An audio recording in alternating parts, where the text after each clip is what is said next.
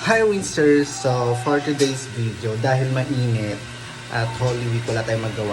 Kahit mainit magkakape pa rin tayo. Pero gawin na lang natin siyang iced coffee. So sa makatuwid, lalagyan ko lang siya ng ice. Nag-init na ako ng tubig doon. Titimplan lang tayo ng coffee. Tikman natin siya kung masarap pa yung kape ng dali. So dito natin siya ilalagay. Isang ganito na lang pala. Kasi may creamer pala tayo dito. Galing din to sa Dali. Alam mo yung Dali? Dali corn. Ay, putsang inis. Pero titikman naman natin siya mamaya. Adjust na lang natin. Mainit ang panahon. Pero, syempre, gusto natin malamig din yung iinumin natin. Pero gusto pa rin natin magkape. So, yun yung solusyon. So, may asukal pa rin nabili dito na tingin-tingin ito.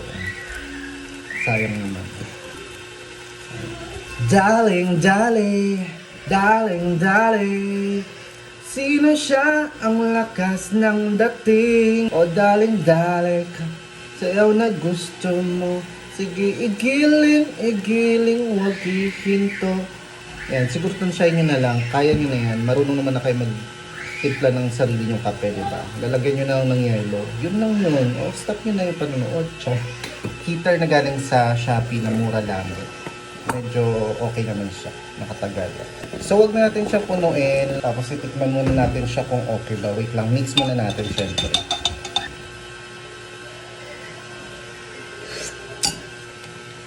Ayan. Wala ko nalasahang kape.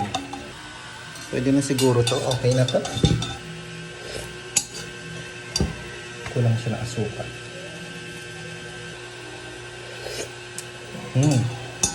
Pwede na.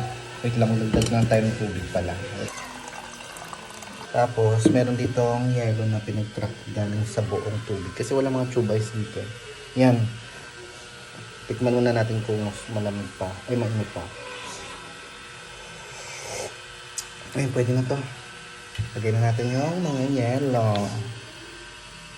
Ay!